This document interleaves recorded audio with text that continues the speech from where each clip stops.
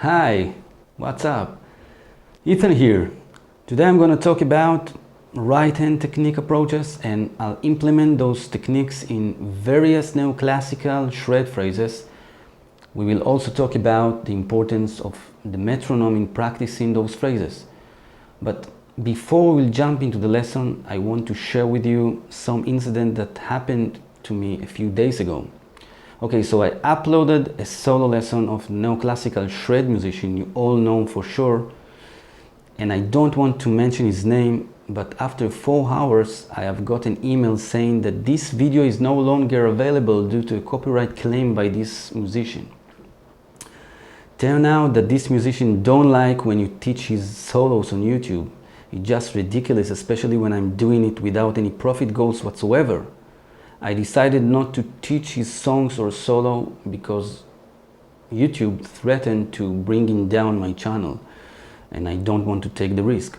But today you will surely feel his spirit in those licks, so let's dive into lick number 1.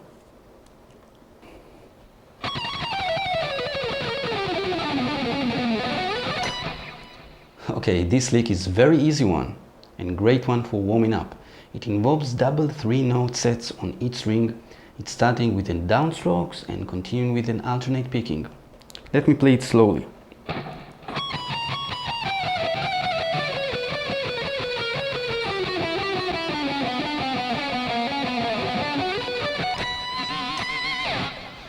Okay, now let's talk about the two main approaches of the right hand.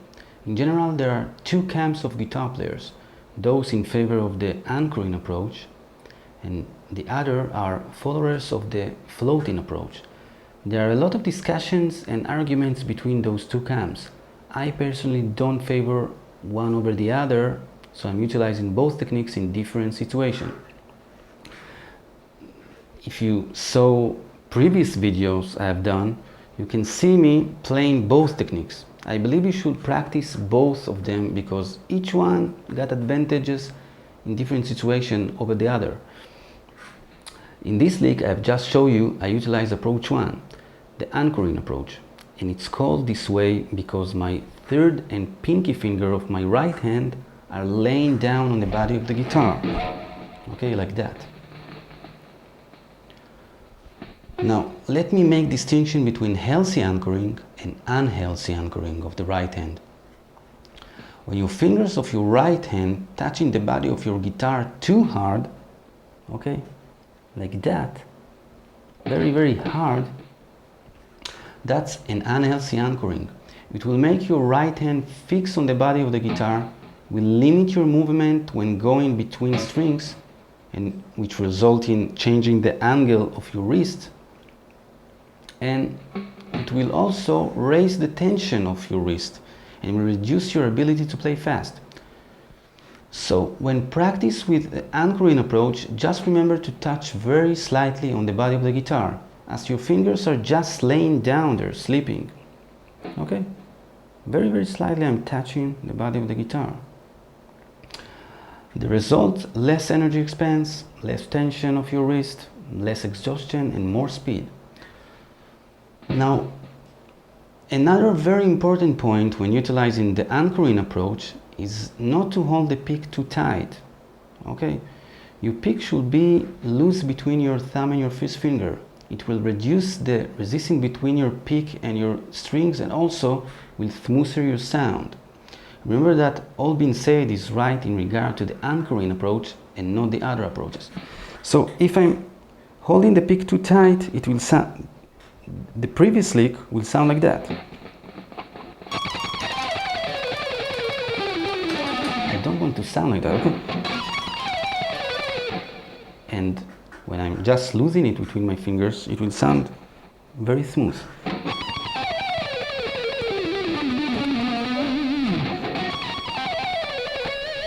Okay. Another thing to remember is to make sure you play very close to the strings when playing alternate picking. You should monitor that closely when practicing very slowly on a certain phrase, and this is why it's so important to practice slowly with metronome. We will talk about that later on the lesson. Okay, let's move to lick number 2.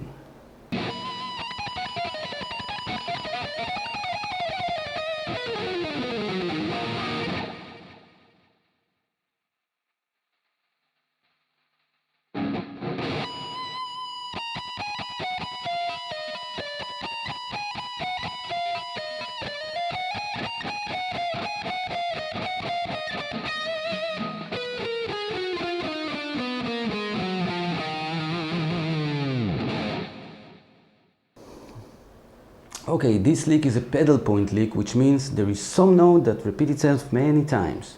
In this case, the note on the 20th fret repeats many times. Okay, like before, I'm utilizing approach 1, the anchor approach, to play this lick.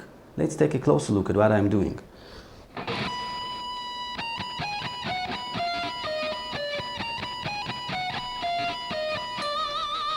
Okay, I'm on the high E string, 20th fret. Okay, and I'm doing 2 downstrokes and then I keep alternate picking. Okay, so 20th fret, 3rd finger on the high E string, downstroke, then another downstroke on the 19th fret with my 2nd finger, and then alternate picking, 20 with an upstroke, then 17, 20, 1st finger on the 15th fret, 20 again, going up the B string, 19, 2nd finger, then high string, 20 again, 17 with my 1st finger on the B string, guess what, 20 again, and then 16, going up to the high string again, 20, 19, 20, then 17, 20, 15, 20, it's the same thing actually, B string 19, 20, B string 17, 20 again, and 16. And this is the start of the second part of the phrase. Okay, and the second part is start on the 16th fret, hammer on to 17 with my 2nd finger, and then hammer on with my pinky on the 19th fret. Okay, there are 2 hammer-ons, the only hammer-ons in the whole phrase. Okay, so it sounds like that.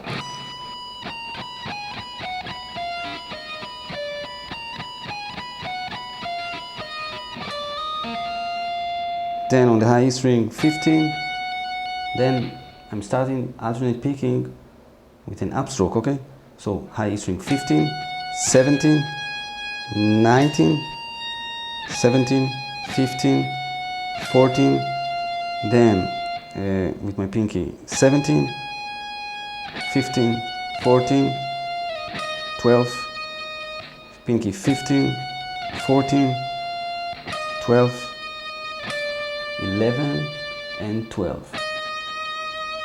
And the third part of the solo, I'm just going down the harmonic minor scale, E harmonic minor scale, okay? So from the B string, I'm starting with an upstroke on the 13th fret, 12, 10, then G string, 12, 11, 9, going down half step to 8, and then on the D string, 10, 9, 7, and on the A string, 10, 9, 7. And this is the end of the phrase.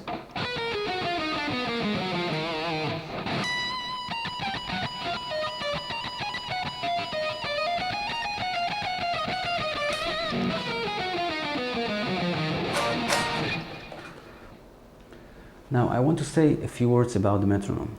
The metronome is a device that plays the beats of a rhythm in certain speed, which is called tempo. You all know it. But why do I need this device at all? A general answer will be you want to play in time and you want to be accurate in your playing. That's right, you do want to be accurate in your playing, let alone when you are talking about phrases faster than the speed of light.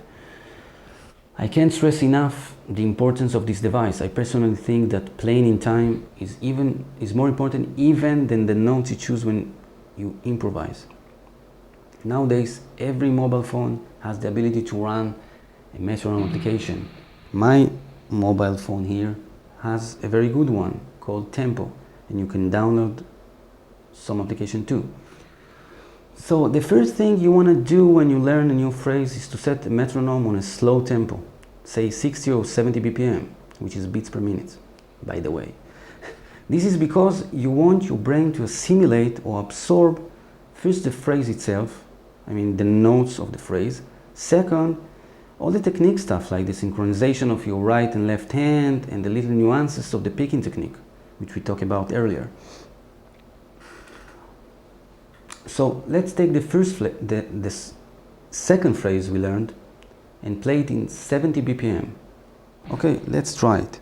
I'll set my metronome to 70 BPM. Let's absorb the tempo. 2, 3, 4. 1, 2, 3, 4.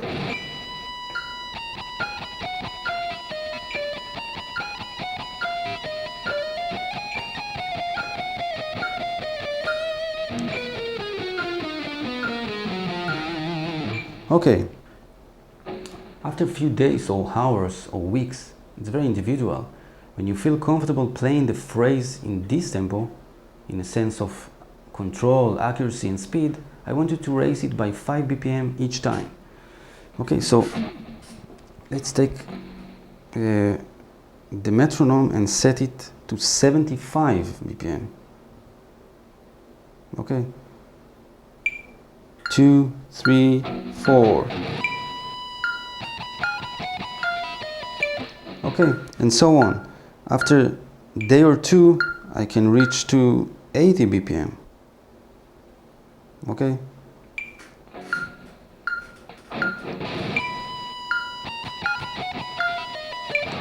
Okay, so after a week or 2 weeks, I know it's very individual again, you can get to, let's say, 120 BPM. 3, 4.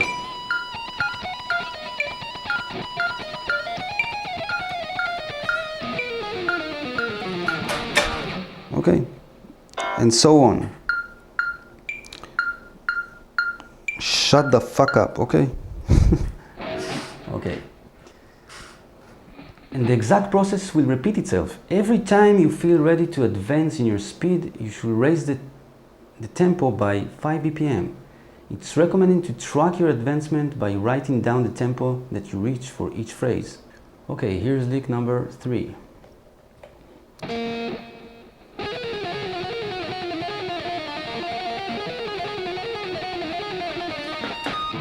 Okay, now let's suppose I'm just